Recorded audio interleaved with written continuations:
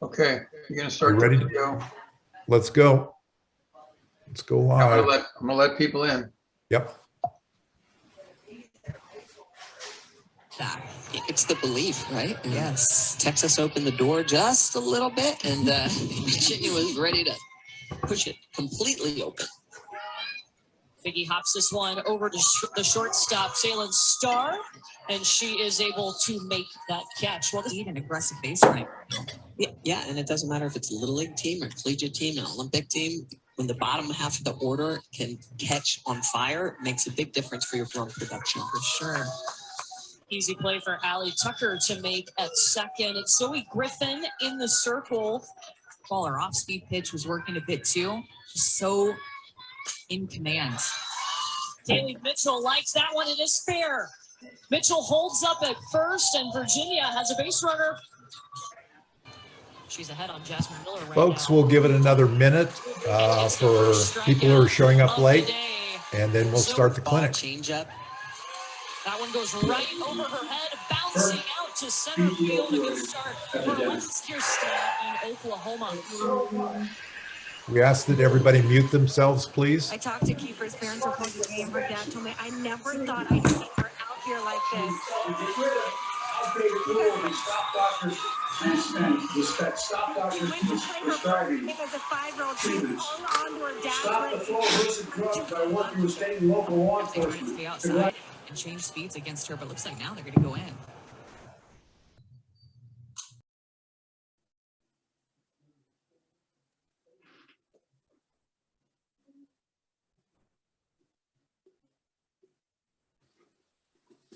Side corner, you got to go back outside. Jenna Kiefer has the advantage. What a strikeout with the bases loaded. Gets herself back into the count and then throws this curveball with that late break right at the knee. She has such good late movement. Jenna Kiefer,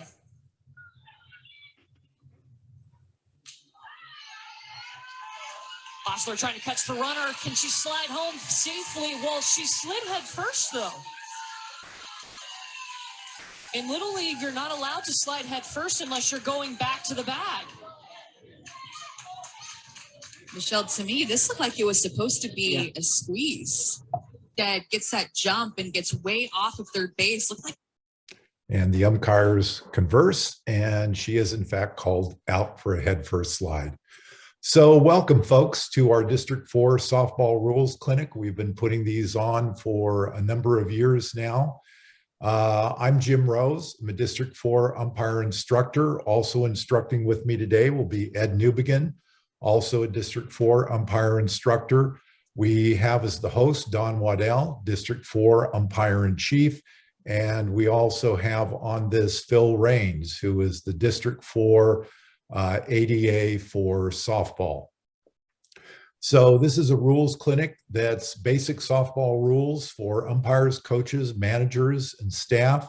It's a PowerPoint presentation, and we will also have embedded in it a number of videos which highlight the rules we talk about. The focus is going to be on minors through seniors softball, and unless noted, assume a rule is for all divisions. What we're going to do is we're going to cover rule changes for 2021. That'll be actually very brief because we only have one to go through with that.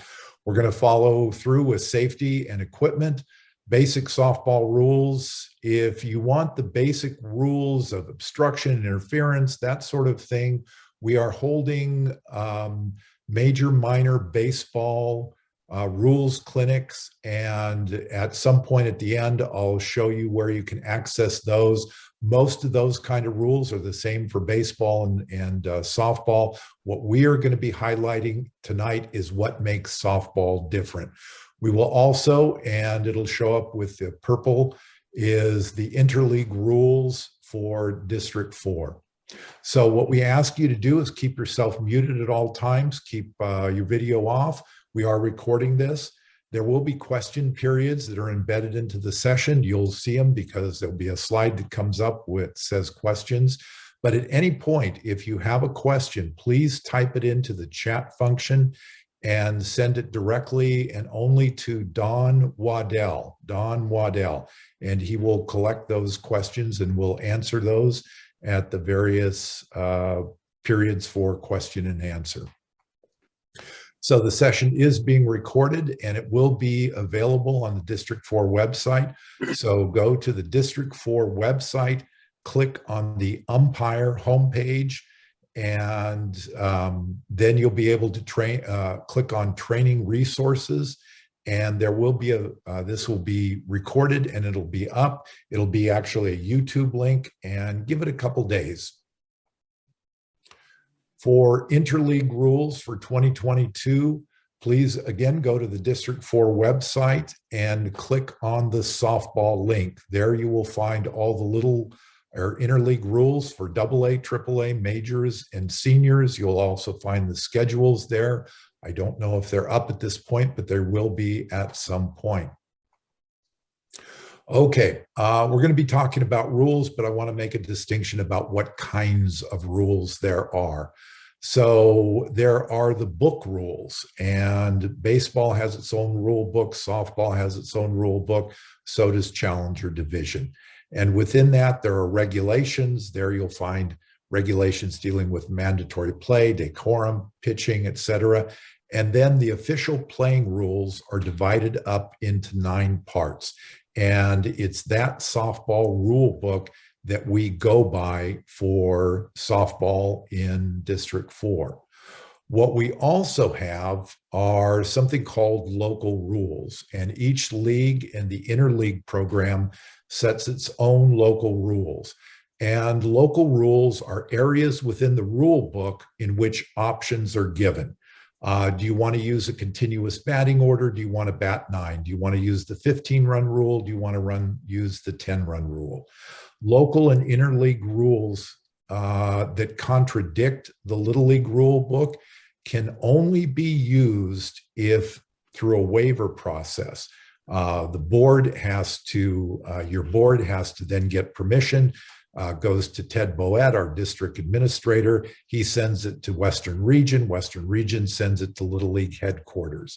So for example, if you want to change the pitching distance, those kind of things, you need a waiver for those kind of rules. And we finally also have ground rules, and ground rules are just the rules that cover a particular field of play. They must be decided on before play is, the leagues begin to play their games. And generally what we really strongly encourage is that each league publish their ground rules for each of their fields and put it on their website.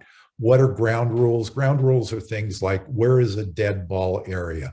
What do we do if a fly ball hits a tree that's overhanging the field? So these are rules particular to one field.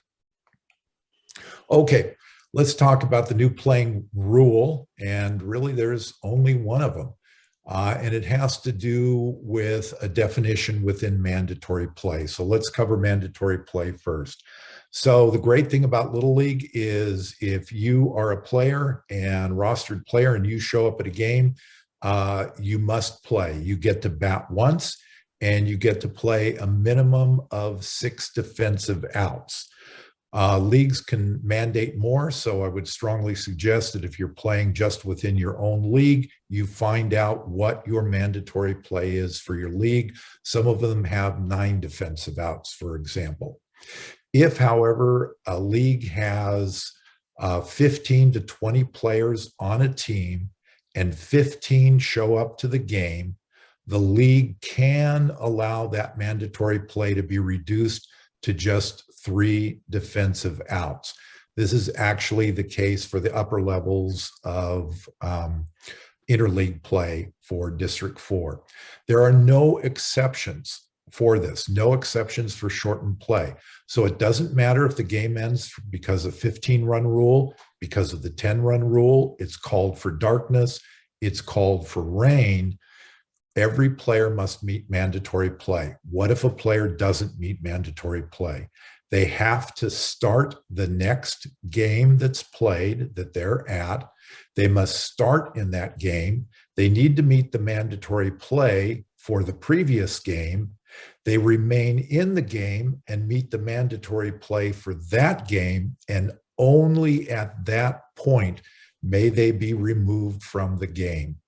There can be penalties on managers, not because of a player not meeting mandatory play because of a game called because of darkness, but because of consciously not playing a player, purposely trying to win, for example. Okay, here's where there's a rule change. There is a new definition of what it means to bat at least one time for the purposes of meeting the requirements of mandatory play. So a player assumes the position of a batter with no count, and one of the following occurs: retired as a batter, struck out, for example. Retired as a batter runner, maybe is thrown out at first, or reaches first base and then with the next batter gets thrown out stealing, or reaches base and scores, or reaches base and the inning or the game ends. What Little League is saying is that Little League is about playing in the field, those 6 defensive outs. It's about batting. And if you bat and the first time you get on base, it means you get to stay on base and run the bases and not be substituted for.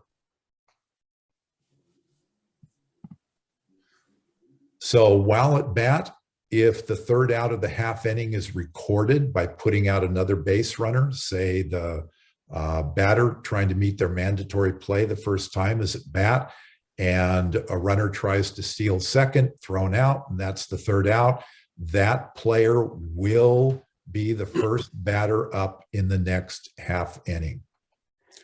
Also, for the purposes of meeting this mandatory play, when appearing offensively for the first time in a game, a player must remain in the game until one of those following occurs that I went over earlier.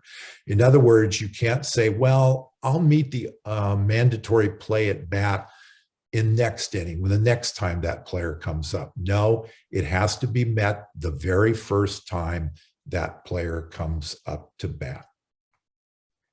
Okay, we're going to move on to regulations, and Ed is now going to take it over. And Ed, just tell me next when I need to do the next slide. Okay, thanks a lot, Jim. So we're going to go over the regulations, and Jim has already discussed what they're about and the kind of things that they cover. So I'm going to talk about some of the specifics. So prior to and during a game, some of the most important points here: only managers, coaches, players, and umpires can be on the field. Some of you who have had Jim or me or some of the other district umpires show up, you may see that your first introduction to us is coming on the field and directing you to only have the manager and coaches on the field, because at times we have found siblings out there, maybe some parents out there, what have you, and it can get a little confusing. And not only that, there is a safety issue. So Little League asks that whenever you show up there on game day, right from the time you show up until the time you leave, the only managers, coaches, and players and umpires are allowed on that field. As far as adults, 3 adults per team are allowed to be out there even during the warm-ups. So if you've had some parents out helping to drag the field and what have you, sure, they can do that, but they can't interact with any of the players or be part of the team. They'll have to clear off as soon as possible. And then minors and T-ball can have 4 adults, because you got to keep those kids rounded up. And then no coach or manager may warm up a pitcher. Playing catch with them prior to a game is all right, just to get their arms warmed up. But as far as actually catching pitches, getting them ready to pitch a game, it must be a player outfitted properly. And we'll go over that in a moment. The main reason for that is that this Little League says that this is a game for kids. And if a coach wants to be involved in it, they can do so by standing nearby and giving whatever tips and help it's needed. Besides, I found at the time I was a manager as well, it was always nice to have a backup catcher. So if you need an extra kid to get out there and warm up your pitcher, that's a good idea because you might need it between innings as well. Go ahead.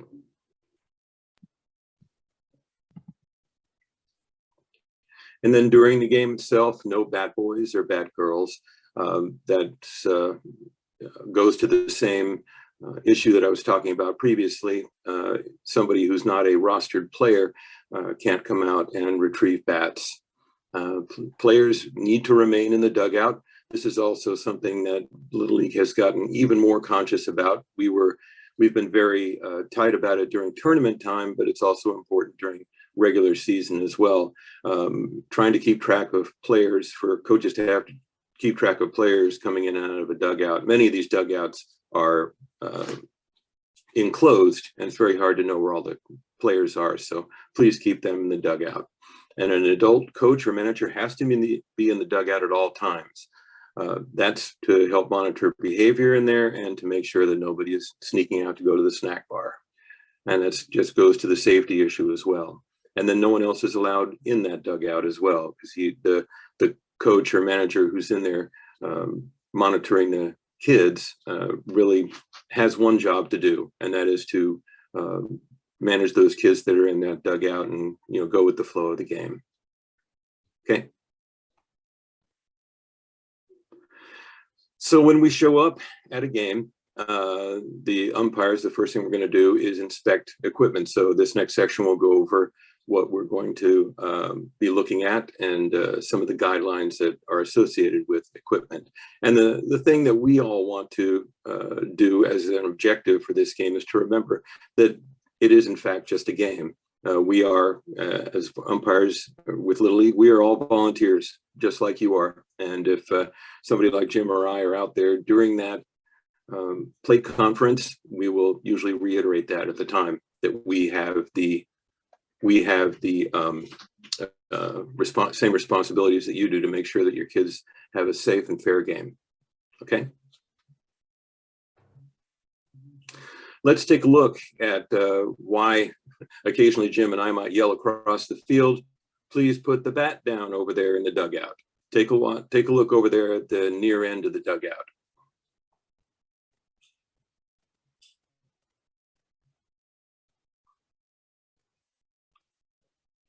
And there'll be a replay right upside the head.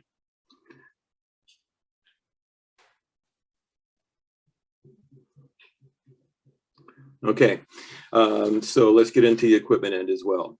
For minors and majors, only plastic cleats are allowed, no metal cleats, no on-deck batter, meaning while the game is going on. You are allowed to have, at the beginning of each offensive inning, you are allowed to have a batter outside of the dugout. What we ask in this case, though, is that you keep that batter safely away from the home plate area and only on your side of the field. I know sometimes that a lefty or a righty wants to cross over while the pitcher is out there taking a warm-up pitches so that they can get a view of the bat, of the ball coming in, but we request that they stay closer to the dugout and a safe distance away from the plate as the warm-up pitches are coming in. Okay. In juniors and seniors, metal cleats are allowed, and then on-deck batter is also allowed. So when you're marking up the field, if you could create another safe space as well, a safe distance away from the plate and only on your side of the field, create a batting circle where your on-deck hitter can come up, that would be a big help to us. Okay. And jewelry, Little League is very strict about this. You're not allowed to even have plastic bracelets, definitely no earrings, bracelets, necklaces, things like that. Anything that is a medical alert type of bracelet or necklace is permissible. All we ask in that case is that you have it either secured underneath a uniform, underneath a t-shirt, something like that, so that it doesn't get snagged by a glove or or a bat, or just get tangled up in some way. Okay. Another thing that we will definitely inspect along with the other equipment is the helmets. For any of you who do wonder, if you're new to softball, the cages are not required on the front of the helmet. So you can see on the bottom left there, that's a standard batting helmet. But if you do have a cage like so many of them do, we will inspect the attachments to make sure that they are securely attached and that all screws are in place and safe.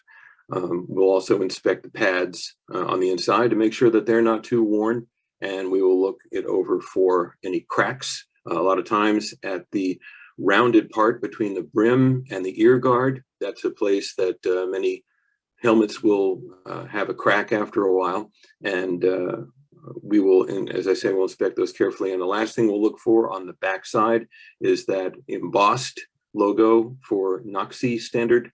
That means that they've passed the standard for safety for being struck by the ball. Okay. Now, if we see helmets like this, those are illegal helmets. The reason for them isn't so much that, you know, whether they'll stop the ball or not. Those all might be brand new helmets, but Little League says that that one on the upper left is painted in 2 different colors. That violates the warranty on the helmet itself. It has to, unless you can get the manufacturer to actually paint it like that for your team and provide a letter to you saying that they've done so, you cannot alter the color scheme of your helmet.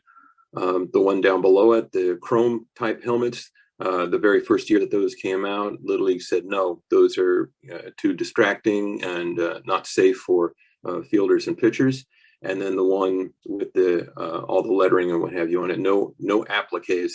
Now there's a question, you know, what if we put a small number on the back? I can tell you that during the regular season, when we are inspecting, if we see something like a small circle that has like a number on it or something like that, then most likely we will go ahead and let that pass. But this is just at our own discretion.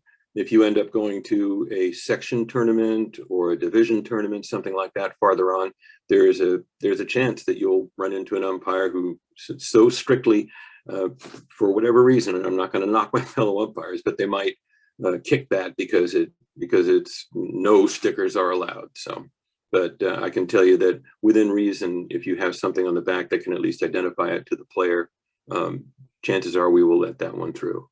Okay. So catcher's gear, these are the 2 basic catcher's type helmets. And yes, Little League still does require that dangling throat guard to be attached to the bucket style as well. Even if it has an extended guard down below it, like the one on the right, they do still require that extended guard. And the proper attachment for that is to have about a finger or 2 space between the bottom of the helmet or guard and the throat guard itself. So it moves freely, but isn't so far down that it doesn't actually protect the throat. And of course, just like with the regular batting helmets, on the back, it will have that same embossed emblem for NOCSE safety standard. Okay.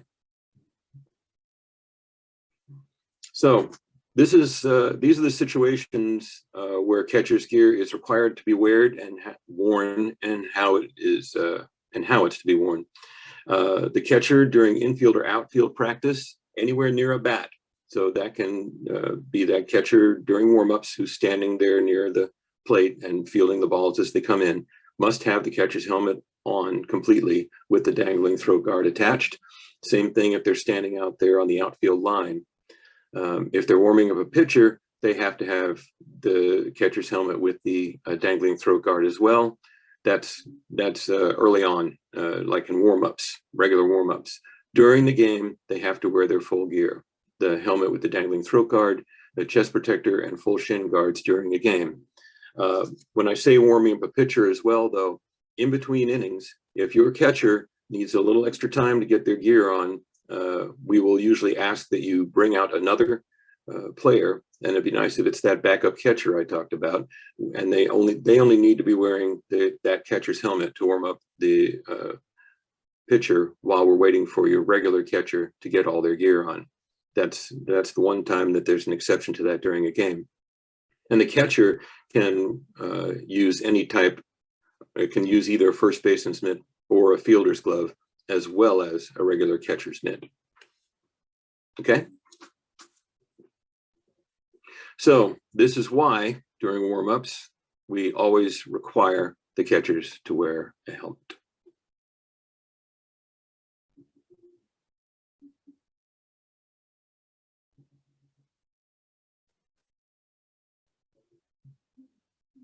Let's see that one more time. Oh, is that coming through? I hope that's coming through smoothly for most of you. Some of you, it might be a little herky-jerky, but it does in fact strike that. There you go. That does in fact strike that young lady on the crown of the head. And from experience, I've had that happen with a mask on. So I imagine it hurts even worse with nothing. Okay. So there's a difference between defective bats and illegal bats. Again, this is something that we're looking for when we first come on the field and inspect your bats. And for you new managers and coaches, just as we're about to enter the field, right about 10 minutes before game time, we really appreciate it if you bring all this equipment out, make sure all the bats are out of the bat bags and things like that, and have them lined up along the fence so we can see helmets and bats and just the catcher's helmet. We don't really worry too much about things like their pads and shin guards. That's something that I always say to the catchers. Well, I sure hope that those are in good shape. But in bats here now, we're looking for damaged, cracked, bent, dented, sharp edges. You'll see it.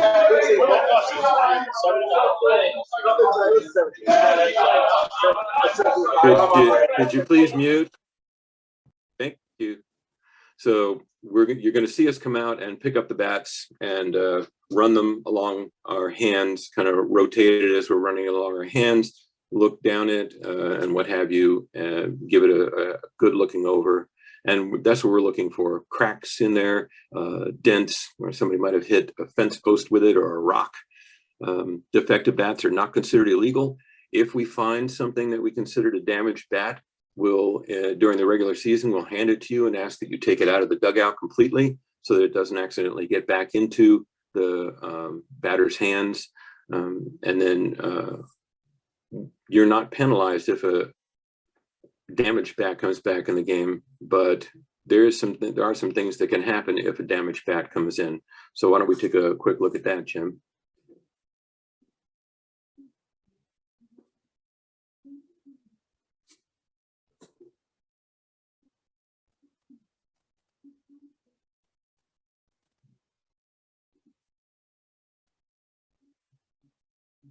I've actually had this very thing happen in a high school game that I was umpiring, and that bat went over the third baseman's head halfway to the left fielder, that top half. You can see, I mean, that is a missile.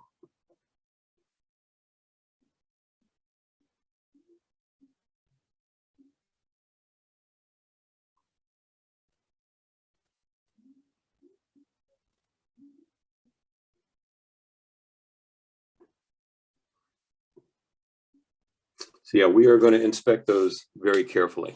Now, illegal bats are the ones that carry penalties, but we're also looking for, that's something else that we're looking for during our inspections. Anything that's been altered. So if it's been rolled or corked, or, you know, obviously something's been done to it physically, we'll ask that that be removed. If it doesn't meet the length, diameter, or BPF specs, we don't find that happening very often, but sometimes if a young lady has a bat that her mom passed to her by now or something like that, it might we might find that and ask that to be removed. If the BPF is unreadable, now you can have two bats that look exactly identical, but if that BPF, which is now a fairly large logo, it's about the size of a thumb now, that has the BPF on most of the bats, then it's very hard to have that one damaged or rubbed out. But some of the older bats that are still legal in terms of the BPF specs, we've been finding as they get older, that BPF gets rubbed off somehow, just through wear and tear. And if we cannot read it, we cannot allow it to be in the game, regardless of whether it looks exactly identical to one that is readable. And if there's any foreign substance applied, like pine tar or similar adhesive substance. Okay. So here's what I was talking about. Those are the thumbprint type BPFs. What you see in the upper right corner is the other one I was talking about that has the smaller printed BPF. And those are the ones that we find as they get older do begin to wear. If you want to pass that along to your players, managers, and coaches to just take a quick look at their bats and see if anything like that is happening, because once that happens, it may slip by, a few inspections here and there, but if it does, if we get to tournament time, that bat is definitely going to be gone. And you can see that the numbers are 1.15 or 1.20 USSSA standard. Okay. So the bat dimensions for all levels, 2¼ barrel diameter maximum. And then the only thing that differs there between the majors, minors, and junior seniors is 1 extra inch, 33 inches for the lower divisions, and juniors and seniors 34 inches. And we will inspect that as well based on your division, or the division that you're playing in. All right. Batting donuts themselves are not allowed. I think the Little League is concerned that at some point they get worn out, and as they get swung, they might slip off. I can't pretend to be an expert on that, but I can tell you that if you use batting sleeves, those are very, very unlikely to slip off. I know that not a lot of coaches use them, but if you do want to use that as a training device, then only the sleeves are permissible. If we do see batting donuts, we'll ask that they be removed from the field and the dugout. Okay. Okay, so this is the penalty, or the escalating penalty, that comes along with the use of an illegal bat. As soon as that batter puts 1 foot in the batter's box, if it's discovered before the next batter, then that batter will be out. And if a play does occur during the at-bat, the defensive manager can decline or accept the penalty or play before the next batter enters the batter's box. This is the same as some other penalties like catcher's interference. So she gets up, she hits a single, the runner goes all the way around to third base, and we just determine that there has been an illegal bat used. We'll go to the manager and say, what do you want? Typically, if the runner hasn't been put out, they will, a defensive manager will choose the out. On the first violation as well, an adult base coach position is lost. That does not mean an ejection. What that means is that if you've got 3 adults out there, 2 coaches and a manager, and 2 of the adults are base coaches, one of them has to now remain in the dugout, and one of the players has to go out because base coaches are required. So now you'll have an adult and a player as base coaches. On the second violation, the manager is ejected, and then for all subsequent violations, you would really hope by then that whoever is left in there is saying, kids, let's look at all these bats. Let's take another look and make sure that this doesn't happen again. But subsequent violations are each new manager is ejected until nobody's in the stands and there is nobody at all to run this game. So just, if you could, managers, if you could just take a look at your players' bats and beforehand, I know you've got a lot on your plate, but at least ask your players to make sure that they've got legal bats. Okay. So, Donnie, looks like some questions have probably piled up. What do we got? Yeah, we got a couple questions. So first one has to do with the mandatory play regulation. So if a player does not meet mandatory play in one game, and then is supposed to play the next game, do they need to play whatever number of outs at bats from the previous game that they missed, plus the additional at bat and 6 outs in the new game? Can you help clarify how we handle short mandatory play in one game? Okay, just as you said it, that's exactly what we do. Player doesn't meet mandatory play, they start the next game. They make up any mandatory play that they didn't make from the previous game, whether it's 1 at bat or they played 6 defensive outs, but they didn't bat, or they batted and they didn't play any defense. They will make up those requirements. Then they remain in the game, and then they have to meet mandatory play for that current game they're playing in, and only then can they be removed from the game. Okay, thanks, Jim. So now we have a question that relates to the regulation of about adults in the dugout. So the question is, does the quote adult coach or manager requirement in a dugout apply to minor softball ages 9 to 11? It requires it's requirement of all levels of play. There must always be an adult in the dugout.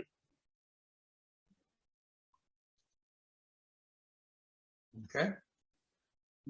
Those are the questions that we have so far. Okay, thanks, Don. Okay, we're going to now talk about the circle. And if we get going a little fast on some of these slides, no, again, it's going to be recorded. We've got a lot to go through, so a lot to cover. So sometimes we may go through a little bit quickly. So the circle is what is very distinctive about softball. Baseball doesn't have it. It's that chalked in circle in the middle of the field, 8-foot radius. All fields, all softball fields should have this. You really can't play a softball game if there's no sense of where that circle is. So when we talk about the circle, and one of the things we'll talk over and over is a pitcher with the ball in the circle. What does it mean to be in the circle? So clearly this pitcher is outside the circle, still outside the circle, now inside the circle. So to be inside the circle, both feet must be fully or partially in the circle. The lines are part of the circle. So let's talk about what needs to happen when that pitcher has possession of the ball in the circle and is not attempting a play. And what we mean by attempting a play is not throwing to a base, or is also not making a fake throw attempt. So they're standing there, they have possession of the ball, they're in the circle. Runners must remain in contact with their base until, in the minors, the ball reaches the batter, pitched and reaches the batter or is hit. And in the majors and above, it's when the ball leaves the pitcher's hand. How do we as umpires determine that? When that pitching arm comes down and is parallel to the body, we consider that at that point, the ball being pitched. What's the penalty if a runner leaves early, disengages from the base? It's an immediate dead ball, and even if the pitch is pitched and a ball is hit, it is still a dead ball. We will kill that play. No pitch has happened, and the runner is out. So I want you to watch the runner at first base, and this is a runner leaving early.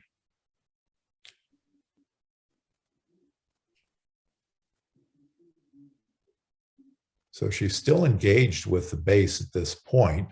This is fine what she's doing, except that right now she's no longer in contact with the base. And you can see right now the pitcher's arm is parallel with the body. We consider this when the pitch is released, and you can see the batter or the player at first has already disengaged from the base, is one step off. This is leaving early. That runner should be called out. If a runner is off a base after a delivered pitch or as a result of a batter completing a turn at bat, and the pitcher has the ball in the 8-foot circle and is not making a play, and remember, a fake throw is considered a play.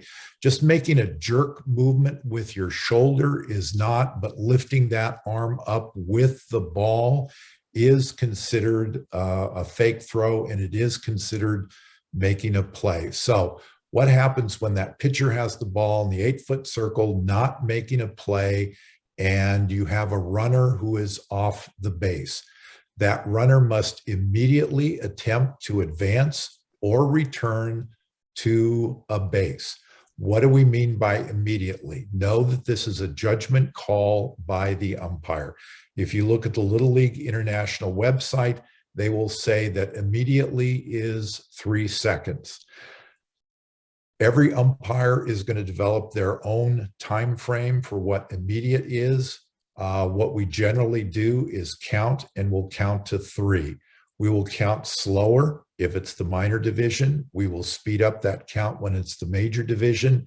And when it's the senior division, we expect those girls to know what to do in this situation, and our count in our head is much quicker. So what if a player is off the base and doesn't immediately advance a return? Immediate dead ball, time, and the runner is out. A runner on a base path is allowed 1 stop if the pitcher has the ball in the circle, not making a play. There is a myth in softball that once the ball goes back to the pitcher, all the players must immediately stop and get on a base. But what this is saying is that a runner is allowed to stop. So say a runner walks and the ball goes back to the pitcher. That runner is allowed to go past first base, run all the way up to second base, be within a foot of second base, stop, and immediately return to first base. That is allowed. Every runner is allowed 1 stop. But once they make that stop, they must immediately advance or retreat to a base. And here we're going to be much quicker on what immediate is. A batter runner on a walk may overrun first base or continue running to second base. If a runner overruns first base, whether on a walk or a hit, and then turns to come back to the base, we consider that turn and heading back to the base as their 1 stop. So once they've turned and are heading back to the base, they have stopped, they have made a commitment to go to first base. They then cannot decide that they want to suddenly run to second base, as long as that pitcher is in the circle with the ball. A pitcher with the ball in the circle, not making a play, does not force a runner to stop running. So once a runner stops at a base and the pitcher has the ball in the circle, not making a play, the runner must remain on that base. So let's take again a walk. That player walked, the pitcher has the ball in the circle, they got to first base, they stopped at first base, they now can't leave first base until another pitch happens. What's the penalty if they do leave the base? Immediate dead ball, runner is out. So let's look at a couple examples here. Now, this is not leaving early. So we have a pitch, we obviously have a walk, the runner is off, but the ball isn't in the circle. Now it's in the circle. Now the runner immediately decides to return. That player who walked has a right to hit first base and continue running to second base. At this point, if she wanted to stop, she could then run back to first base. Wouldn't know why you do it, but she has that right to do that. This also is not a circle violation. So she's on the base, the ball's in the circle, she can't leave that base except the pitcher walked out of the circle. Once the pitcher leaves the circle, then that runner may once again advance and disengage from the base. This is also not a circle violation.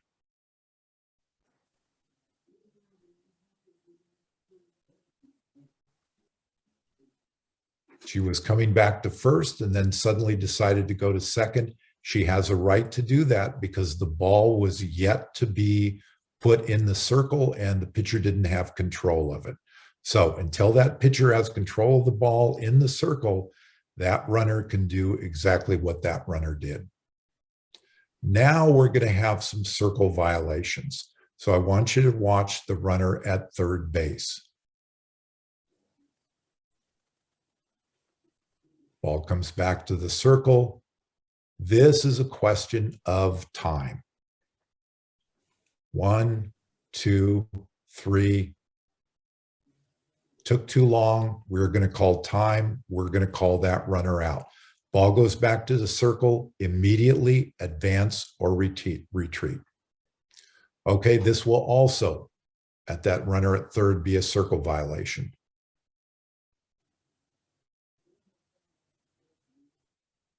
Makes a feint to go home, and then heads body goes back to third base, and then makes another feint to home. One could argue that either she took too much time, or you can only make one movement. Once you start on your movement towards home plate, you've got to continue with that movement. Okay, this is an example of a runner who has rounded first base. The ball will be in the circle. That's perfectly fine. She comes back to the base, but by coming back to the base, she then must remain on that base because the pitcher has the ball in the circle. You can see the umpire calling time, and she is going to be called out for a circle violation. Okay, do we have any questions that deal specifically with the circle? We do, Jim. So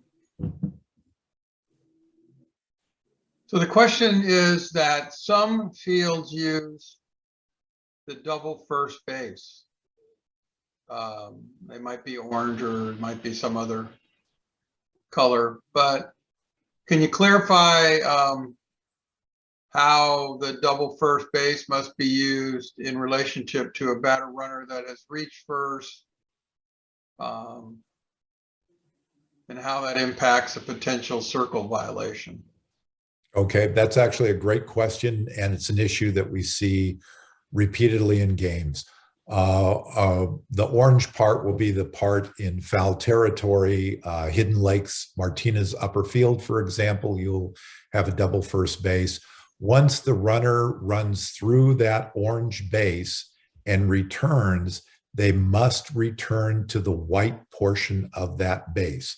So if the runner runs through and then comes back and stands on that orange portion, they have not returned to first base, and they can be open for a circle violation if they stand on that base for too long.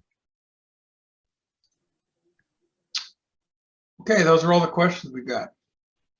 Okay, I'm going to hand it over to Ed, and we're going to talk about pitching. Okay, thanks, Jim. Let's dig in. So we're going to start with the legal pitching delivery and the positioning of the feet. We're going to use a couple of terms here, the pivot foot. Now, the pivot foot is the actual foot that is on the same side as the pitching hand. So for the purposes of the rule and for definitions going forward, the pivot foot is, so a right-handed pitcher, their right foot is the pivot foot, left hand, left foot. All right. The pivot foot has to be within or partially within the pitcher's plate and on top of the plate.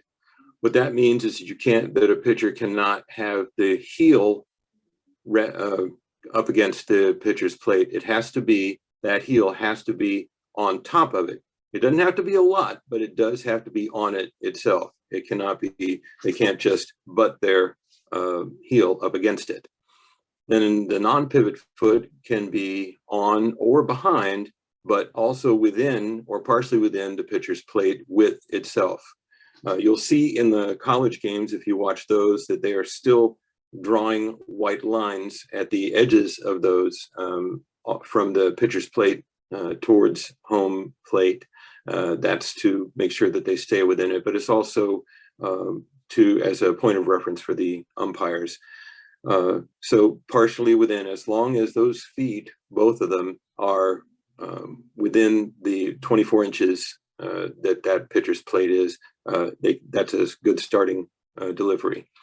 The shoulders have to be aligned between first and third bases, so it's a left and right shoulders pointing at those individual bases, so they cannot start in a turned position away from the plate. The hands must be separated when taking the position, so the pitcher is standing behind the plate, and then when they step forward, those hands must be apart at that time. They cannot put their hands together and then step on the plate. When they're taking signs, their hands must also be separated. Both of those last two lines are there to avoid quick pitching. So they step on the plate with their hands apart, usually have their hands down at their sides or resting on the front of their thighs, and they take the sign from there, flip up their little thing on their wrist and interpret what that sign is. Then, in preparation for the pitch, the hands can come together. So let's go to the next. So the top four show all legal positions. You can see this is for a right-handed pitcher, that the right foot on that top left one is completely on the plate, and the left foot is the pivot foot, the non-pivot foot is slightly behind it, and the toe is touching. Just for your information then, this is the legal pitching position for all levels of softball now, except for USA softball. USA softball at the current time is the only softball level that still requires the pitcher to have both the pivot and non-pivot foot to be in contact with the plate at all times. So the first one is legal in all levels. The next one is also legal, the one to the right of that. Then the bottom left, that's also legal, and the bottom right also legal, as you can see. And also what's also legal, the top left one, it doesn't have to be in contact at all. It can be separated as far as you like at the beginning of the pitch. The one at the bottom, as you can see, the top left, both feet are not in contact, definitely illegal, no matter what level you're playing at. The one to the right of that, the pivot foot is obviously in contact, but the non-pivot foot is in front of the plate. It must be behind the plate. And then the bottom left and bottom right both show first the non-pivot and then next the pivot foot completely off the plate and therefore outside of the 24-inch width of the plate itself. Okay? So the delivery. The hands, once they're brought together, can be together from 1 to 10 seconds. So in that warm-up, the pitcher will put their hands together and may bring it down to a stop, and then they can take a backward step if they like, simultaneous before or simultaneous to the hands being brought together, that backward step and hands being brought together. The pitch starts when one hand is taken off the ball. So as soon as so you can imagine a pitcher standing there and their hands have come together, the next thing that must happen is a pitch. And that will happen once a hand is taken off the ball, in other words, where it's taken out of the glove. Then there's a forward step with the non-pivot foot. The pivot foot has to remain in contact with the ground all the way through the pitch. They call that the drag, and it has to be in contact in some way. It doesn't have to be the point.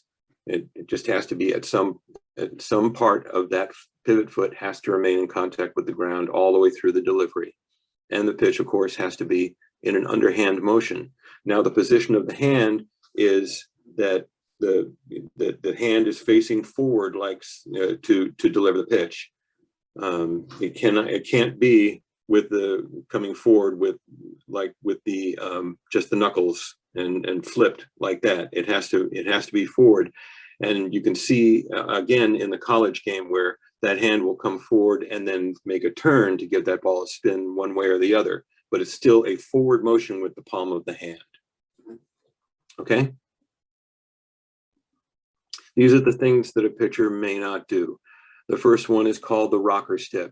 So as the pitcher is putting their hands up over their head, or however they like to warm up, and they take that backward step with their non-pivot foot, the pivot foot will literally come off the rubber, and then there's a step forward with the non-pivot foot and a delivery. That is considered the rocker step, and that's illegal because you've disengaged the pivot foot from the plate. Bringing the hands together for a second time, that's something that we see a lot starting in the lower divisions, and that's something you can work on with your pitchers right from the beginning. They have their hands together.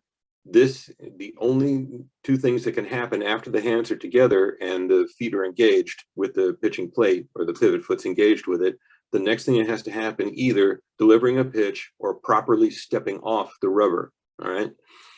So a lot of times those younger pitchers will put their hands together and then look in or look around and then take their hands apart for some reason to maybe reposition the ball. In the lower divisions, we may counsel you about that between innings. As you move up the line, that makes that an illegal pitch, to take the hands apart and then put them back together before delivering the pitch. After separating the hands, a stop or reverse forward motion. That is, in other words, like a softball balk, if you will, to back up, to simulate beginning a pitch without actually doing it. And then 2 revolutions and a windmill motion. I can tell you that I've been doing softball pitching for softball games for 30 years, and I have yet to see somebody do 2 revolutions like that. That's a terrible strain on the arm, and it looks ridiculous. So it is in the rules, so there you are. Okay, next.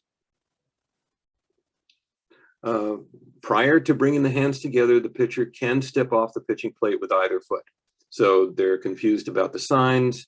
The coach wants to get their attention. If they're just standing there with their hands at their sides or just in front of their thighs or something like that, they can just step right off. It doesn't matter.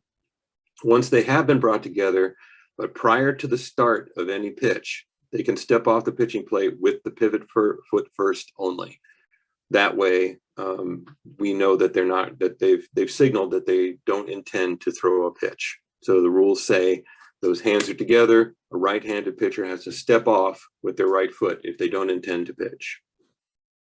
All right. The delivery. There are two. There are more than two. There are 2 main ways that pitches are delivered illegally. So they may not crow hop. Stepping, dragging, hopping off it, and reestablishing a new pivot that pushes off from that starting point. The benefit of that pitch, of that illegal pitch, is that the pitcher not only gains distance on their pitch from the release point, they also gain, by that new pivot, they gain a little extra power. So that's a double whammy to a batter. If you're 43 feet away from a batter as a pitcher, but you can go forward an extra 7 to 10 feet before you actually throw, even though you throw the exact same velocity as you did from that rubber, the coefficient makes it ups the miles per hour reaction time by about 15 miles per hour. It can be an almost unhittable pitch. Now a leap, that is to strictly gain distance. So you're a nice power pitcher and you want to just gain a little bit of extra distance. By leaping, it's when both feet when both feet actually leave the ground. Doesn't always have to be simultaneous, but if that pivot foot gains any altitude, that's considered a leap. If the pitcher deliberately drops the ball in order to perhaps start some action, entice a runner to go, that's an illegal pitch as well. And by drop, we mean a straight down motion from their hand to the ground, not something that comes out of their hand during pitching. We'll talk about that a little bit later. And they can't take the position on the pitcher's plate without the ball.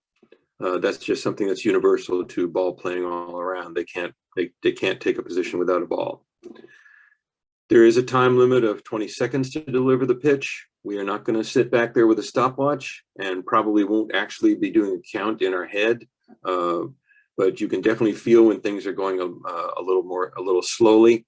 If a pitcher is taking too long, just as a matter of courtesy here in Little League, and most times we will, just say pitch. I know that I personally will do that. I'll just point out to the pitcher and just say pitch, and if they don't, we can call that as an illegal pitch because they took too long. That's while they're in that legal pitching position. Okay. Let's take a look at a few of these. This is the leap, and as you'll be able to see, we're going to have 3 different views of each of these. So with a leap, you can see where the circle is over there to the left, the edge of the circle, and see how much distance she gains by getting airborne here.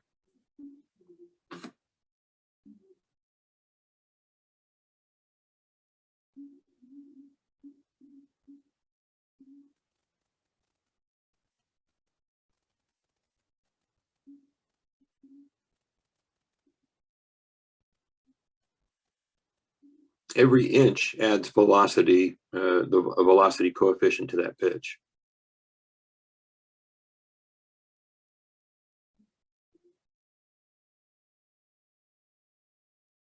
And more often than not, it's going to be that base umpire that calls that, because they'll see that very clearly.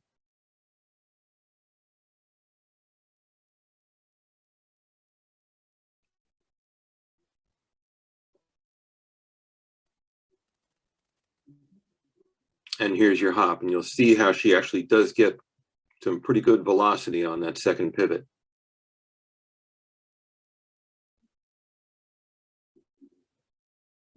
And a plant. So basically she's moved the rubber forward about 5 feet.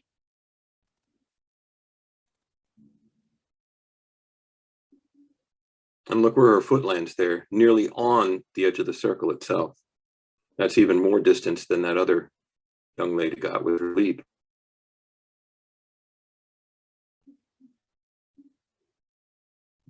Now this one here is pitching outside of the confines of the plate, the pitching plate itself.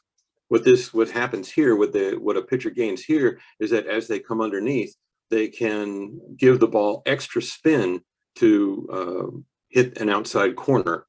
So we definitely need to call that if either one of the feet lands outside of that 24-inch channel.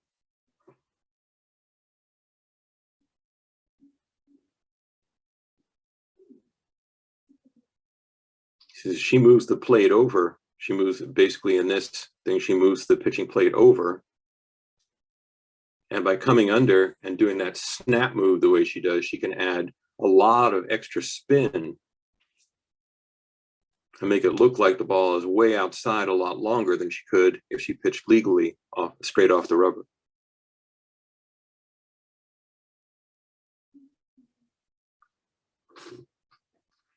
And not bringing it together, this is basically just like a quick pitch, because the batter expects the pitcher to put their hands together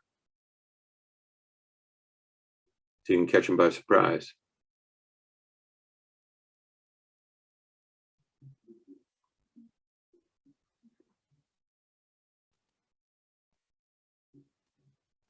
That's the rocker step I was telling. Well, not quite rocker step, but she does disengage with the pivot. She's brought her hands together before she even comes to the plate. Another type of quick pitch.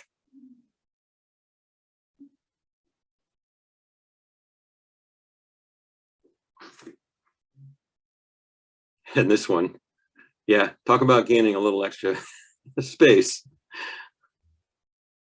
We'll see this in inexperienced, younger, newer pitchers. They just don't have their mechanics down.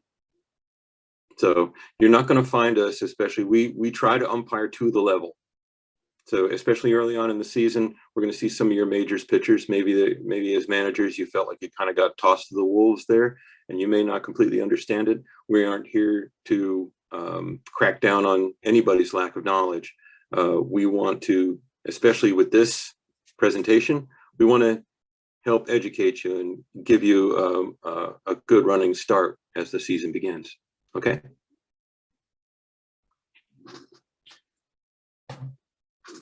So this has been a regulation in softball for a very long time. Even before they started loosening up on this in baseball, this has been something the softball players have been allowed to do all along. They can bring their hand in contact with the mouth or lips, providing that they distinctly wipe it off wipe off the pitching hand before contacting the ball. So it'll be a quick, go to the mouth. You'll see them usually down there on the side of the leg, and it can be done anywhere, inside or outside the circle, and even while they're standing on the pitching plate.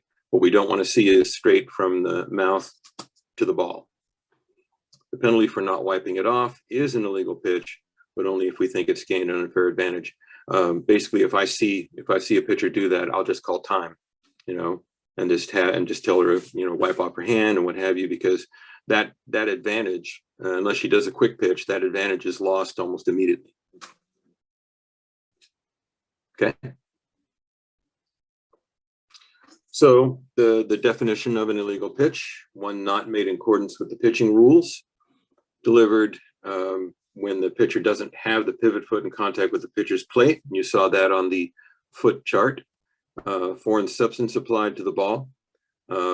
If your pitcher doesn't like the way the ball feels, they can switch it out with us. If they think it's too slick, switch it out for another ball with the umpire. It is our responsibility before the game starts to get a little bit of that shine off the ball and things like that. If there's something wrong in the manufacturer, we'll just toss it out and get another ball. Please ask your pitchers not to be picking up dirt and rubbing it on the ball or doing anything to alter the ball while they're out there. Quick return pitch, we saw those. One of the ideas of a quick return pitch, though, is making sure that the batter is properly set. And we do actually have a video for that as well. You'll see more experienced umpires giving your batters plenty of time to get in there and get set. We don't want you to be, adjusting the gloves and doing all this other stuff and, looking away. We expect the batter to be ready to get up to bat, in a decent amount of time. But we also don't want your pitchers being so anxious to go that they're going to bean somebody. And then, no, you can't throw to a base with the pivot foot on the pitcher's plate, which is a very rare occurrence, since by the time it gets into the circle, all the runners are on base anyway. So there'd be really no reason to do that. I think we do have that video, Jim, of the batter being set. Oh, in a moment. So the penalty for it is the pitch is called a ball.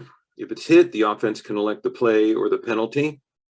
So that's good for if you hear as an offensive manager, if you hear somebody say an umpire shout, an illegal pitch, that is not an immediate dead ball.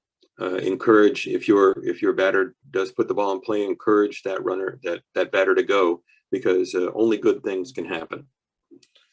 So there's the only thing that negates the illegal pitch is if your runner reaches first base safely on a hit, an error, a base on balls, hit batter, what have you, all the ways that they can reach. And any base runner advances, base runners advance at least one base safely. That's the same as the election of play for catcher's interference as well. Okay. Here are some quick pitches, yeah. And really, I don't want to put these guys down, but these particular umpires are not paying attention. They should be slowing this down. This next one is just, yeah, he's just standing there. The next guy tries to justify it a little bit, but we'll see how that goes. She's looking down. Calls a strike. She says, hey, and you can almost see by his body language, he's looking at her saying, hey, you better be ready. Well, I think it's very reasonable to ask for us to be aware that the batter might be able to take a second or two to get themselves set.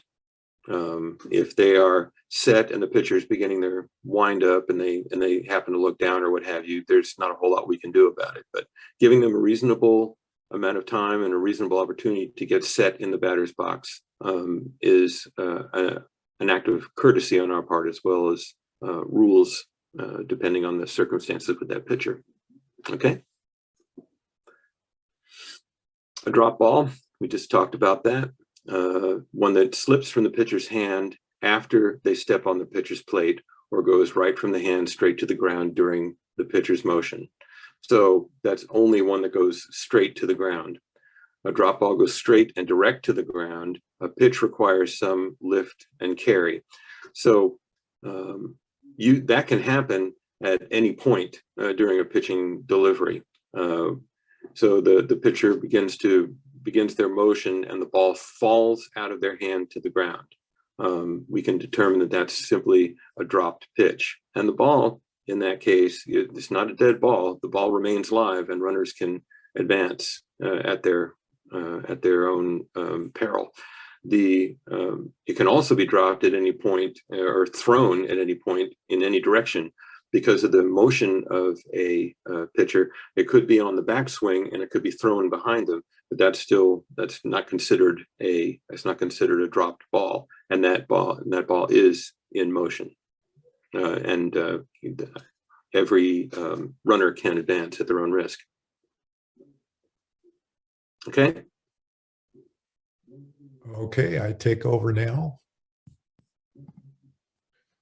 So these are going to be dealing with a pitcher and substitution. So a pitcher removed from the circle and returning to pitch. So at all levels of softball, a pitcher remaining in the game, but moving to a different position, say moving to first base or second base, that pitcher can return as a pitcher anytime in the remainder of the game, but only once in the same inning as she was removed. So in other words, you can have a pitcher removed each and every inning and then come back and pitch the next inning as long as they remained in the game. Now for minors and majors, a pitcher, if they are withdrawn from the game for a substitute, either offensively or defensively, may not re-enter the game as a pitcher. This applies to both continuous batting order with the minors and also bat 9, for example, with interleague major level. So if you want your pitcher to possibly come back later in the game to pitch, keep them in the game and don't set them on the bench. In the majors, there is an exception to this rule, and this is sort of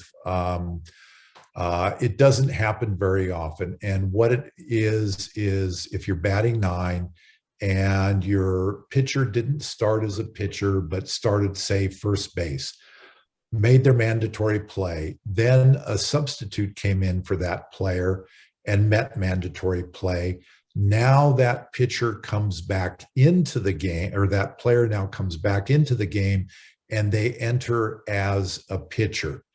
But when you go to offense, you want the substitute to be the pinch hitter. And you can do that as long as when the next half inning begins, that player, that pitcher returns to the circle.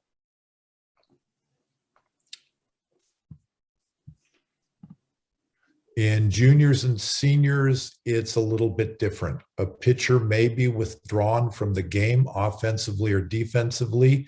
That means you can bring a substitute in for that player, set that player, that pitcher on the bench. They are allowed then to return as a pitcher once per inning, provided the return does not violate substitution, visits to the pitcher, mandatory play rules.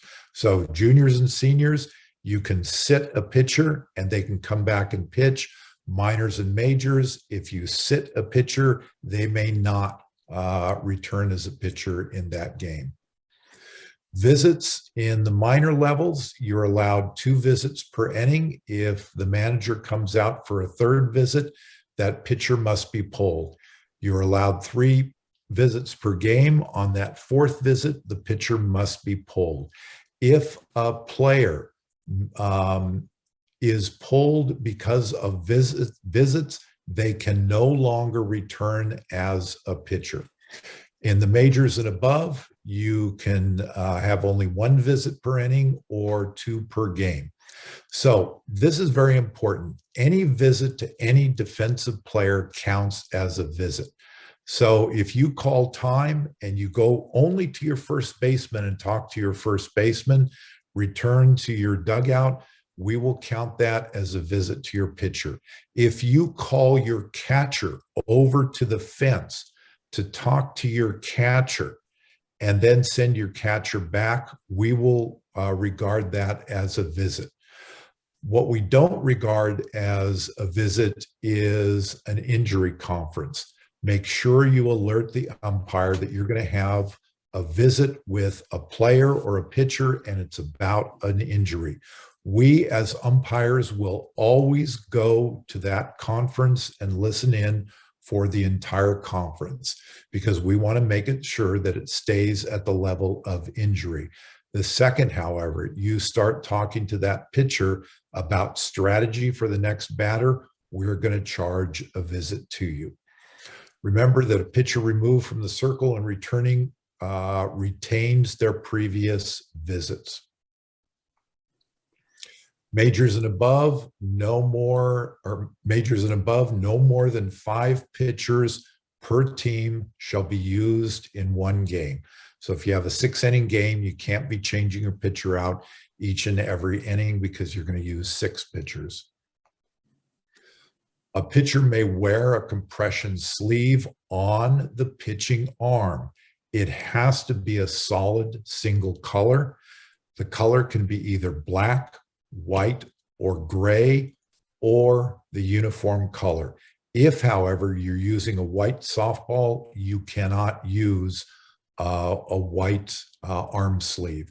You can wear a play calling wrist band. A lot of teams are doing this now in Little League, but it must be on the non-pitching hand.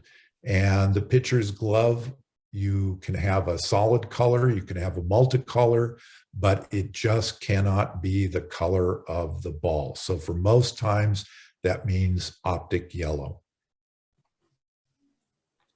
Okay, we're going to be shifting here and talking a little bit about District 4 softball interleague rules, and we're going to start with pitching rules. But again, just want to remind you, and that shouldn't be 2021, should be 2022. Interleague rules, go to the District 4 website, click on softball, there you'll find them for each level. So what we want to do here is just go through pitching. This is minors, this is AA, AAA. Maximum number of innings that a pitcher may pitch in a game, 3 innings. What we're trying to do is get more pitchers developed. You're never going to go 21 pitches in a week because that would mean 7 straight days of pitching 3 innings. Also, don't really worry about the first game, second game number of pitches. Just remember, 3 innings per game per pitcher. And no 12-year-olds may pitch in AA or AAA. And that's not just interleague, that's for all of minor leagues. Now, moving up to majors, and again, this is interleague. A majors pitcher may pitch 12 innings in a game, but if you pitch more than 6 innings, you must have 1 day of rest. If you pitch 7 innings on Monday, you can't pitch on Tuesday, then you can pitch on Wednesday. There's no limit to the number of innings that you can pitch during the week. And this is a rule that is not a rule in the rule book, but it is our interleague rule. And that is, in majors, if a pitcher pitches 4 innings or less, the next game they pitch, they can pitch up to 12 innings. If they pitch 5 innings or more, the next game they pitch can be no more than 4 innings. Now, what is back-to-back games? Back-to-back games is defined as the next game played. So if your pitcher pitches 6 innings on Sunday and then your next game is Friday, that pitcher can only pitch 4 innings. This is what we're getting at when we have our plate meeting with the managers and we ask, are there any pitcher restrictions? This is one of the key ones we're getting at with Interleague. Now let's move up to seniors. You can pitch 12 innings in a game. You require no rest, no limit on the innings pitched per week. If you pitch 5 innings or less in the first game, the next game you can pitch up to 12 innings. If, however, that senior pitcher pitches 6 or more innings, they cannot pitch more than 5 innings that next game. Okay, Don, do we have any pitching questions? We got a whole lot of them, Jim. Not surprised. So before we get to pitching questions, we did get one late circle violation question. And just for clarity, here's the question. If a runner decides to advance to a forward base, and the pitcher has the ball in hand in the circle, but attempts a play, under those circumstances, the runner does not have to continue to the base they were trying to advance to, correct? That is correct. Once they make that fake throw, the runner, it basically erases the slate. Okay, let's move on to some pitching questions. So when the hands are apart, does it matter which hand the ball is in? No, it does not matter. When the hands are apart, they can be either in the glove or in the hand. Okay. So we have another question, kind of comment, but it goes, and I think you all may have addressed this, but in the minor softball levels, we often see pitchers that hop or you know, they crow hop or leap when attempting to pitch. So how should that be addressed during a game in minors? What we'll do in that case, and actually more often what we'll do with that, no matter what level we're at, if we see a pitcher warming up before a game starts and they're doing that, we will go to the manager and advise them that that pitcher is not pitching legally. And especially in the lower divisions, ask them, is there any way at all that you can either put you can get her to try, make an attempt to pitch legally. This is something we have to kind of do on a game-by-game basis. And again, to the level, we do have expectations that by the time they get to the majors and seniors, that the young ladies that are pitching in those situations are going to pitch legally. Now, again, if I see a pitcher pitching illegally in majors right from the get-go, I will advise the manager that this is something they have to clear up before the game starts, because it's very possible that they can have a lot of illegal pitches called against them.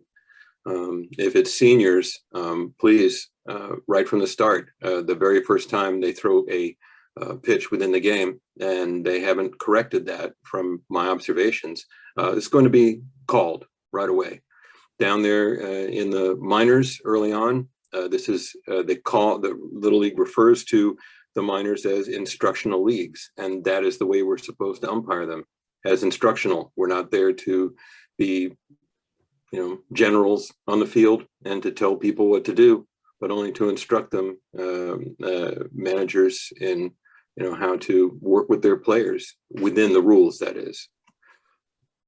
That's as precise an answer as I can give, honestly. It does have to be a game-by-game and player-by-player situation. I think that an awful lot of bad blood gets stirred up when big expectations are put on 8, 9, 10-year-old young ladies who are out there trying to do the right thing.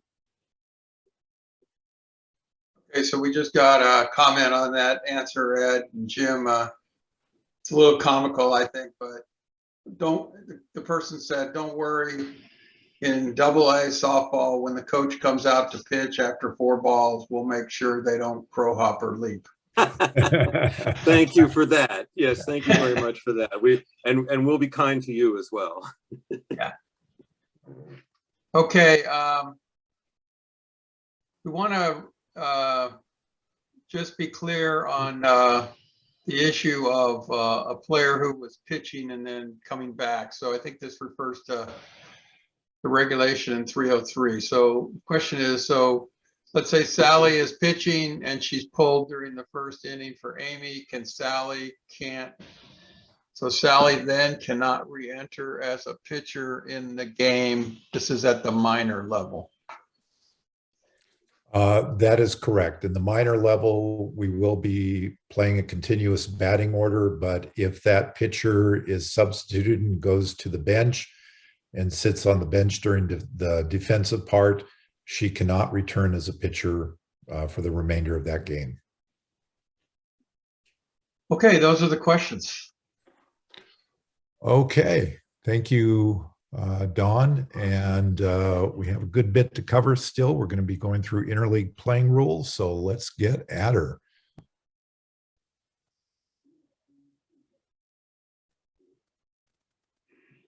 All right, so interleague rules for anybody who is going to be new to them this year are the ones that govern when individual leagues play against each other regardless of the home field. So Martina's playing at East County, Continental or Concord playing over at Clayton Valley, something like that. These are the overarching rules that will apply regardless of the local leagues. Now, as Jim had described earlier, each individual league can pick and choose by edict of Little League International, can pick and choose certain variations on the rules that they choose to, and that's fine. But once another league travels to that league to play against it, Ted Boet has forwarded these interleague rules that all leagues have to abide by.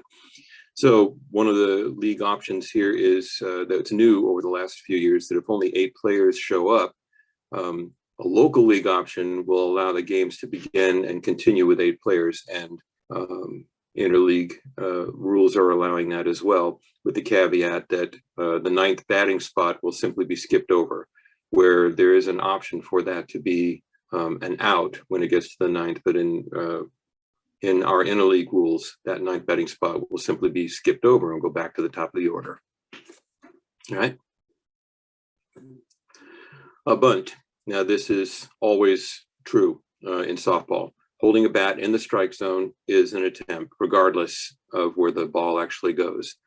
In order to not be considered a bunt, it must be withdrawn backwards, not up, not out, not down. It has to be withdrawn back. So the batter is holding the bat like so out in a bunt. It has to be visibly withdrawn back out of the way. Otherwise, it is considered an attempt. This is one of the bigger differences between baseball and softball. So there will be time limits on all interleague games, an hour and 45 minutes for majors and below, and 2 hours for seniors. Any inning that starts prior to the expiration will be completed, and no new inning can begin once the time limit is expired. So it's the 5th inning has just started, 5 minutes are remaining, time runs out during the 5th inning, that will now be the last inning. This can also happen early on due to darkness, where it could be not a regulation game yet. And if it ends and a regulation game hasn't been played, that game will be rescheduled. As far as when the clock starts, it doesn't necessarily start right at the time of the game itself. We have had some flexibility again earlier in the season if both teams are ready to go and both managers agree and say, yep, we're ready to go. we are more than happy as umpires to have that start a little on the earlier side in order to facilitate getting a full game in. And the chief umpire of the game, which is the plate umpire, will find somebody to time that game. More often than not, it'll be the scorekeeper for the home team, and they will coordinate with that person on a countdown clock or something like that, and they will start the game. They will turn to that person and say, the game starts now. And that is their purview, and we'll stay in touch with that scorekeeper. That's fine. Go ahead. Then there's the run rules. Those are optional within local league rules, but in interleague we will play to that book rule. So after 3 innings or 2.5, if the home team is leading and there is a 15-run lead by either side, that game is over. The 4th inning or 3.5 if the home team is leading and there's a 10-run lead. This is in majors and below, 6-inning games, in other words. And basically the team who is behind will concede the game. And then in seniors, juniors and seniors, which are 7-inning games, if there's a 15-run lead by either side after 4 innings or 3.5 if it's the home team leading, then the game will be considered complete. 5 innings or 4.5 if the home team is leading and there's a 10-run lead. That will also end the game. So substitutions. Now a starter can re-enter the game provided that they re-enter the game in the same spot of the batting order and the substitute has met mandatory play. There's also, we can skip down to the 3rd line as well. If your starter goes in and the starter can be pulled at any time. So you've submitted your lineup to the umpire, and that umpire has that, and we ask, is that official? Yes, it's official, and we're ready to go. If you need to pull that starter for any reason, you can pull that starter before they even have a chance to play. You know, like it can be their at bat coming up and you say, oh, I have to put a sub in. That's fine. A sub can come in for them before they even get a chance to play, but that sub has to get mandatory play first, and then the starter comes in and they, just like a sub, have to have their mandatory play as well before anything else can happen. Once the mandatory play has been met by a starter and sub, then they can enter or re-enter as the game is desired in that same batting spot.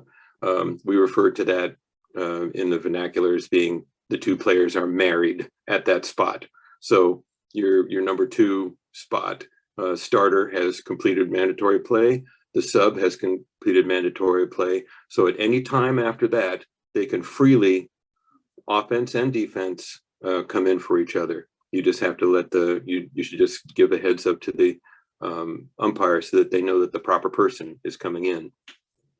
The starter and the sub can't be in the game at the same time. Those 2 that are bonded, if you will, in that same spot, with one exception, and that is if you've fallen below the minimum number of, if all your subs are already burned and somebody is injured or can't complete the game, then the opposing manager has the option to choose somebody who's currently not in the starting lineup, one of your bench players, to fill that spot.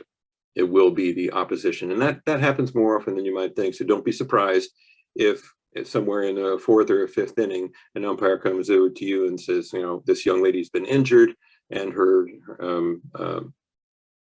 sub is the sub can't come into the sub isn't available. You can pick somebody off the bench to play for her. Okay, next. So in the minors, you can substitute defensively at any time in the continuous batting order. Please keep track of this. They still have to meet that mandatory play of the defensive outs and what have you. I've tried to keep track of that before, and it's nearly impossible on a lineup to do that. So this is pretty much the honor system, though I would ask that you try to inform us when your players are coming and going defensively. If an injured player has to leave a game, you simply skip over that batting spot and there's no penalty. If they want to come back in, it's early in the game and they've rested up a little and they're feeling better, they can come right back in that same spot. An injured runner can be replaced by the closest player in the preceding them in the batting order, the closest one that's available. So if there's an injured player, somebody gets injured running the bases, you just take as many steps backward as you can until you get to somebody who's sitting on the bench, and they can come in and run for that player. Okay. So courtesy runners are now allowed under these conditions. Only the pitcher and the catcher of record when there are 2 outs, and it's not considered a substitution. It's mostly to keep the game moving along so that pitcher can come in and get ready to run out there and get to going, or the catcher is on base and they need to come in and get their gear on. So just let us know and we will mark that down, because it's important that this same person is not the runner for both the pitcher and the catcher. You have to pick 2 separate people to do that. They don't have to be the same people. They just can't be the same person for both. If you're following me there, anybody who's on the bench, but if somebody has run for the pitcher, they can only run for that pitcher. And if somebody's run for the catcher, it's only that person for the catcher. Okay.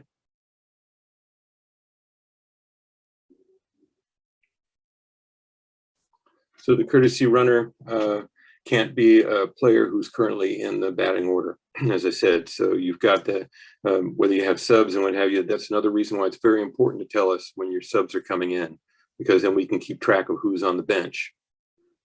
If you're batting 9, the same courtesy runner cannot run for both the catcher and the pitcher at any time during the game. That's why you have to make sure you tell us that number. We'll mark that down and say that this number is now running for the pitcher. If it's a continuous batting order, the courtesy runner has to be the player who made the last out. That's the only exception to this whole, who can and can't run for them. It has to be the one that made the last out.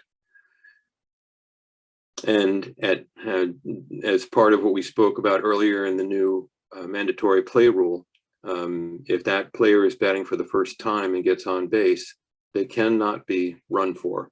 No SPR, no courtesy runner. I think the only exception to that would be if that person were injured during that play. Go ahead.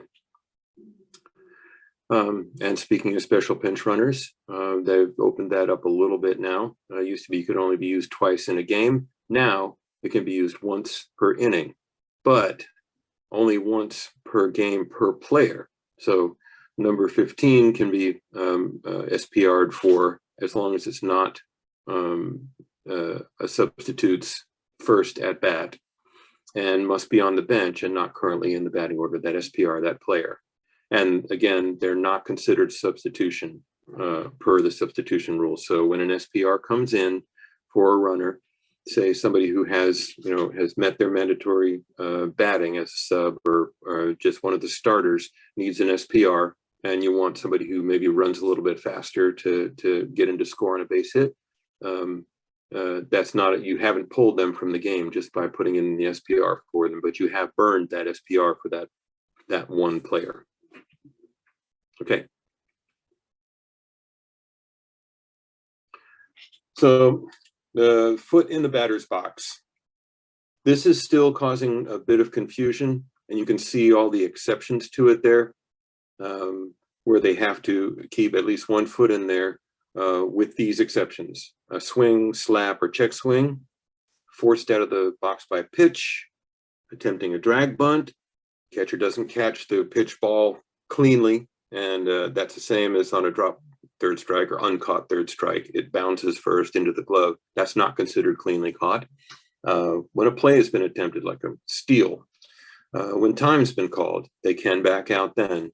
And when a pitcher leaves a circle, or catcher leaves the catcher's box, or on a 3-ball count that it's a strike and the batter thought they heard a ball, that it was a ball, we're not going to penalize him for stepping out. The penalty, the first time, we'll give a warning. you'll see us stand and say, that's a foot out of the box, and the batter is warned. If they do it again within just that same at-bat, we will call a strike on the batter each time they do it. The ball will be dead and no runners can advance. So the first thing we'll do after if they step out, we'll say time, that's a strike on the batter. And if it's the third strike, that batter is out. The ball will be dead and no runners can advance when we're enforcing that penalty. So let's go to the next one. This is the easy way to remember it. Instead of remembering all those exceptions, you can simply tell your players that they have to keep that foot in the box on any cleanly caught pitch that is not swung at or one that has the possibility of potentially hitting you, right? Because it can still be caught if it comes up and in on you, and you are allowed to move out of the way. That's it. Any cleanly caught pitch that's called a ball or a strike, you'll have to keep that foot in the box. That's it. Any other thing that happens, you can step out. When the catcher catch it, I'm sorry, I didn't get to the last couple of those. Yeah.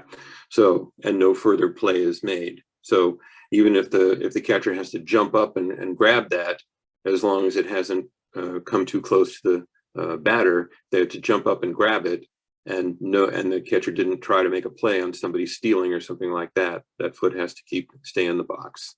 Okay, next.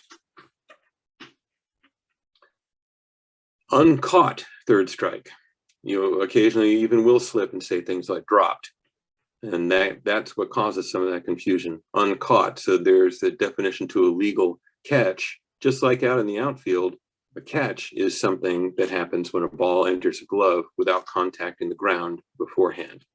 So if first base is open and there are two outs, the occupied base determine when the pitch is made. So if you have one out and there's a runner on first base and the runner from first is attempting a steal on an uncaught third strike, that batter runner cannot attempt to go to first base. We call this the time of pitch rule, right? So at the time of the pitch, that first base was occupied, so that runner may not legally attempt to advance on an uncaught third strike. It's one that's not legally caught. So a pitch fielded on a bounce or simply not on a bounce is not considered legally caught.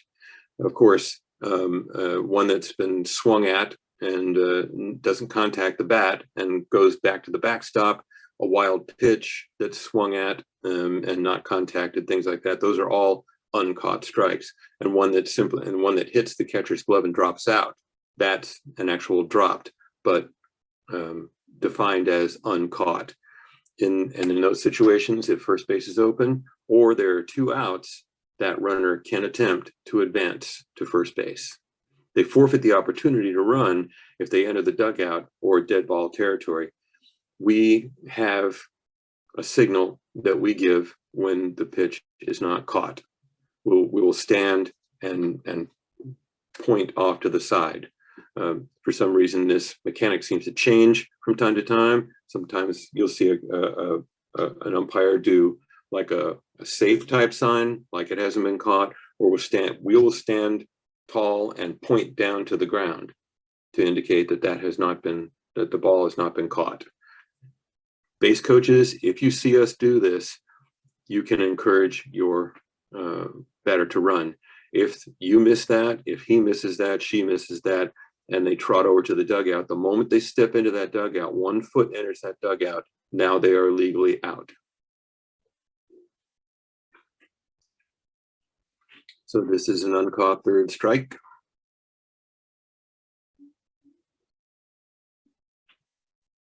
You can see that's a straight uncaught, hit the glove and fell to the ground. This, she swung and missed and the ball went wild. And then, of course, there's the one where they swing and miss and it bounces into the glove as well. That is not considered a cleanly caught strike. Stealing signs, I don't see that happening an awful lot, and I am sensitive to seeing it, but please discourage your players from trying to do that. It's a league option to enforce stealing or relaying of signs. We will enforce it in interleague play. So if I see anytime, especially the older ladies, because when I say older, senior division, they have some experience at this. Some of them play travel ball, and maybe they're being encouraged or taught by other folks outside of Little League how to do this. If I see them signaling in any way to the batter, that will be considered a warning and an injection for any subsequent occurrence. I am looking for that. Okay. And this is how it's done. You see this young man here, he's looking in.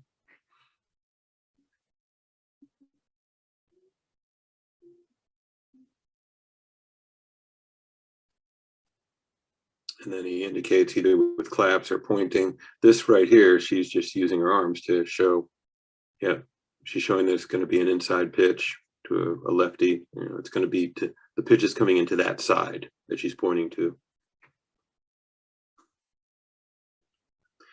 The mandatory play changes when, and Jim had mentioned this earlier, if anywhere from 15 to 20 players are on a roster and at least 15 eligible players show up at a game, they may reduce the mandatory play to 3 defensive outs and 1 at bat.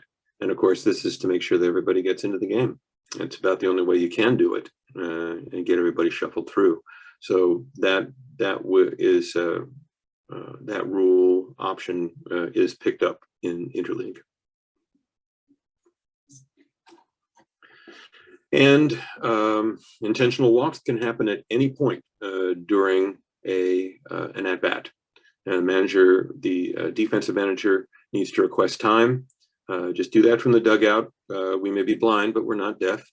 All you have to do is step forward and say, time, please. And we'll look over and say, yes. They say, she let her walk. And that can be at any point. Even as she's approaching the plate, you can say, Blue, we're just going to walk her. Time, we're going to walk her. And she can just go straight up to that base. Or it can be a 3-2 count. And you don't like the looks of the situation. Fine, call time and say that this is an intentional walk, and that's the way it'll be recorded. We had spoken about the double first base earlier. So the defense has to use the white section at all times. If your first baseman stretches out for a throw from the infield and their foot is on the orange base, if the ball beats the runner to it, we're going to call that runner safe, because they're considered off the bag. That is strictly an offensive base. The orange is an offensive base only. If the runner uses the white portion on a play at first base only, at that base only, if they use the white portion instead of the orange, that is an appeal play, just like missing the bag at any other base. And you have to appeal it prior to them returning to that white section. So they quickly are running to first base and hit the white section only. And as they overrun it, an alert person in your dugout, maybe, that gives somebody in your dugout something to do. Hey, watch her over there, see if she makes, touches the orange base. Yells over to, hey, appeal. As long as she's got the ball in her glove and steps on the bag and says she missed the base, you'll buy an out. That's on balls hit to the outfield with no chance at all of a play at first. The runner can use the white section to advance and return. Runners returning to a base must use the white section. That's important, as Jim mentioned earlier, on circle violations. If they overrun the base and then come back and are standing on the orange instead of the white, they're considered to be off the base, and they will be called for circle violation. On an uncaught third strike, which we're just talking about there, the defense and the batter runner can use either section, because the way that ball gets away sometimes, they can cross over. So as your runner is approaching that double bag, if they see the first baseman crossing over to the other side, they can moving to the orange side, let's say, they can cross over to the white side. This is the one exception to whether the first baseman can use the orange bag to get the out, because it also removes the penalty for overrunning for the runner as well. It gives an equal chance to them, for both of them to either get the out or obtain possession of the base. Okay. So here's the potential appeal play. Now watch very closely. White base. There'll be another shot here. Makes it a little more clear.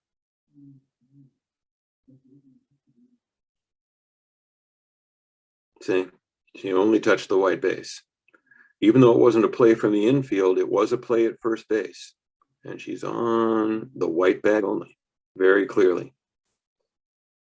If somebody is alert there, the first thing they're going to do before she returns is to ask that that first baseman step back on first and make an appeal that she missed the bag.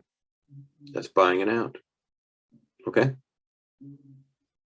Protests.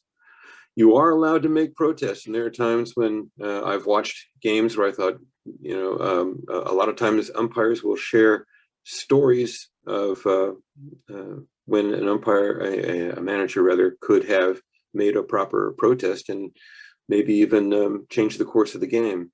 More often than not, protests that we see are based on judgment. So protests have to be submitted on the field of play first, in accordance with the playing rule 4.19. So please read up on that for the particulars. They're only considered when they involve interpretation of a playing rule.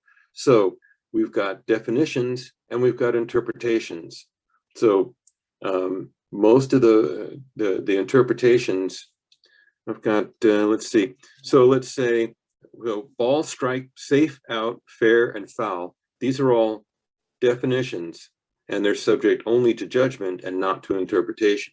So if your argument is that your umpire has a lousy strike zone and they're not calling it by the rule because the rule says a strike is defined as this and this and this, that isn't going to fly, because that's not considered, that's considered umpire judgment only and not interpretation of the rule. However, if a ball is overthrown, thrown out of play or what have you, and the base awards are improper, that's something that you should ask your umpires to get together on and make sure that they advanced runners properly. If you don't believe that they did, that's something you can ask. You can go ahead and protest on, if you feel that you have a case there. Also, if you feel an ineligible player has been used, that can be somebody who's pitched too far into the game, or somebody who shouldn't even be playing at all on that particular team. So a protest has to be emailed within 1 calendar day of the day of the game. First, it has to be anything involving the rules interpretations has to be done right on the field. If it has something to do with an ineligible player, you can email that within a calendar day, as well as the other one I'm talking about. 2 days after a Saturday game, directly to Phil Raines, and that's his email right there. And his judgment is final. That's during regular play. Once tournament comes up, that goes out the window, and we will talk about that when and if you make it to tournament. Okay, we have a few more things to cover here. So this is going to be only AA and AAA interleague AA and AAA. So a half inning is either 3 defensive outs or 5 runs are scored. If the game makes it to the 6th inning and all subsequent innings, there are no run limits. But if it's clear the game is only going to be 4 innings, the 4th inning is not unlimited runs. It's only if you make it to the 6th inning. You need 9 players to play on defense. In the AA and AAA, you can't load up your outfield with all of your players. A regulation game, 2 innings. Outfielders must remain on the outfield until the ball is hit. Remember that the outfield may not necessarily be just grass. So if you play at Martinez Hidden Lakes upper field, you will know that if you're playing AA, those girls cannot be out on the grass. They have to be on the dirt because the grass is just too far away. Use your best judgment. It's recommended. This is not a rule that has to be followed, only recommended that if your pitcher hits 3 batters in an inning or 5 in a game, that pitcher should be replaced. In AA, the first half of the season, there are no bunts allowed. There are never any bunts allowed when the adult pitches. There are no stealing of bases allowed, whether first half or second half of the season, and no walks are allowed. In AAA, no bunts or steals when the adult pitches, and in the first half of the season, there can only be 1 base advance per steal. Now, we're kind of running out of time here. I don't want to go into a lot of depth with this. Know that this is all written out in the AA and AAA interleague rules. But for AA, first half of the season, we are going to use adult pitch. There will be no kid pitch. The adult needs to pitch from 35 feet.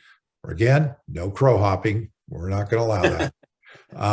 In the second half of the season, we have the kid pitch, and the kid's going to pitch until that batter strikes out, hits the ball fair, or 4 balls on the batters, but we're not going to have walks. So after there's 4 balls, the adult will come in and pitch, taking over that existing strike count.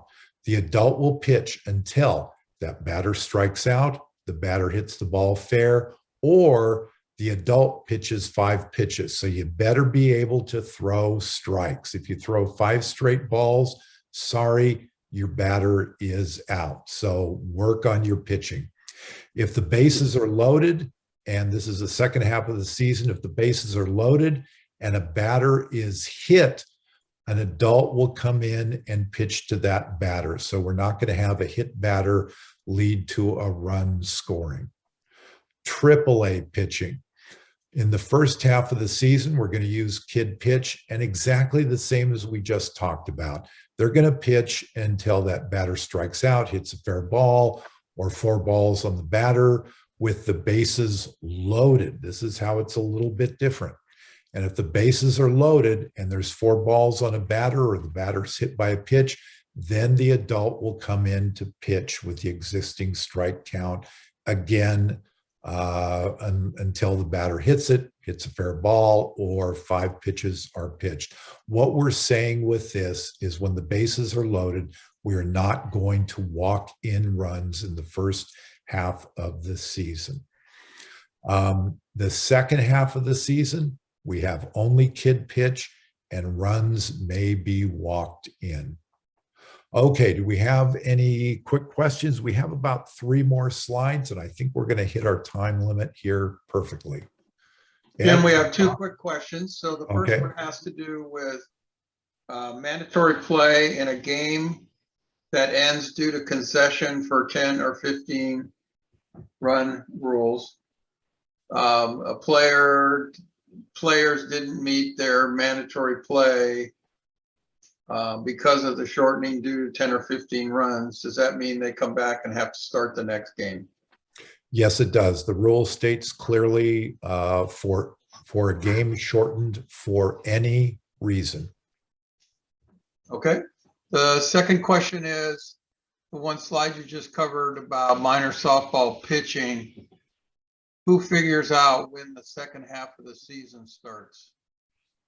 That will be up to Phil Raines, and he will be in communication with all of the managers. Okay. That's what we've got. That's all the questions. Okay. So there he is right there, Phil Raines. So if you have any complaints, that's who you go to. He is the ADA for softball, and I can assure you he puts a lot of time into this. So that's his, I'm sure you've all met him. And so if you have any District 4 softball questions, all interleague issues, please contact Phil. If you have any softball rules questions, I would say feel free to contact me. There's my email.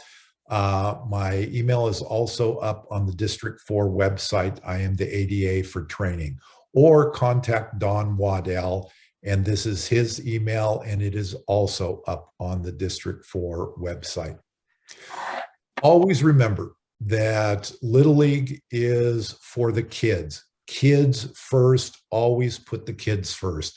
Who assures that there's a safe and fun game for the kids? It's the adults, managers, coaches, umpires. We set the example. We are not antagonistic. We are all working together for the same purpose.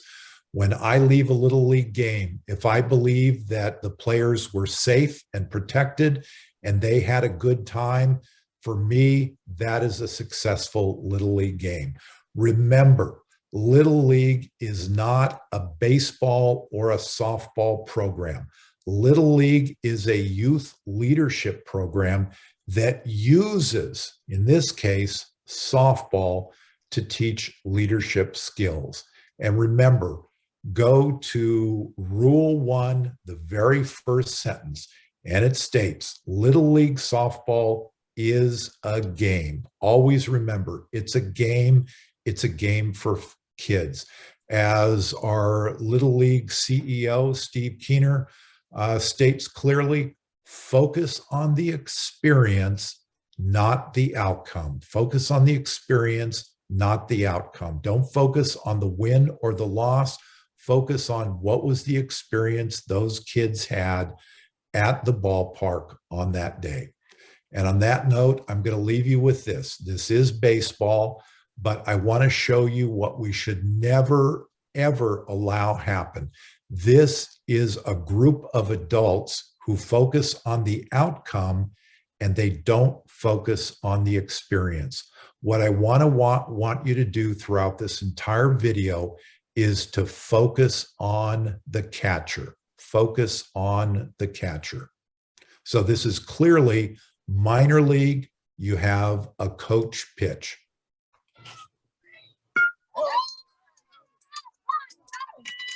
Focus on that catcher.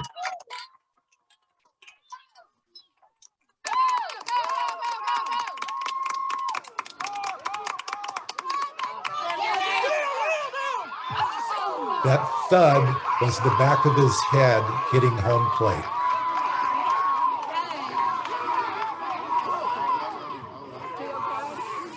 He's leaning over, he's holding his head. There are 10 adults on the field at this point. They are yelling about the call. 10 adults. Nobody is checking on this kid who hit his head, had another player roll up on him, is holding his head, clearly in pain. Only now, an adult goes up to him. And you have a fan in the crowd saying, play ball, shut up. This is exactly what we never, ever want to happen in a Little League baseball or a Little League softball game, whatever the level. Okay, folks, thank you very much. Especially want to thank Ed Newbegin for going through this and lending us all his expertise. Dawn, I want to thank you for hosting this and keeping track of everybody. Phil, thank you for being here.